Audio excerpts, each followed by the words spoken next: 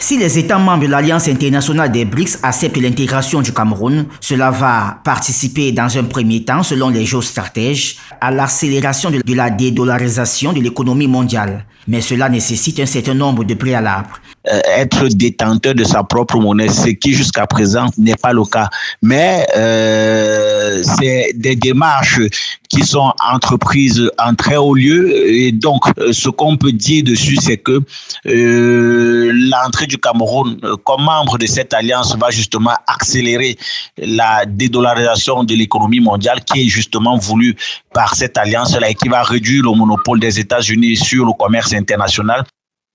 L'Alliance internationale des BRICS étant principalement économique, où les échanges se font selon les experts en monnaie locale ou encore en matières premières, en termes d'apport, le Cameroun peut imposer un rapport de force. Et lorsqu'on parle de matières premières, il faut rappeler que le Cameroun aujourd'hui est un scandale géologique et minier. Et donc, en termes d'apport, la capacité, le bassin minier du Cameroun aujourd'hui est une manne qui peut servir justement à l'intérieur de cette alliance-là pour renforcer ou alors pour consolider cette alliance de nature à véritablement imposer un rapport de force au bloc occidental. Membre de l'Organisation des Nations Unies, le Cameroun pourra également bénéficier d'un certain nombre d'atouts sécuritaires.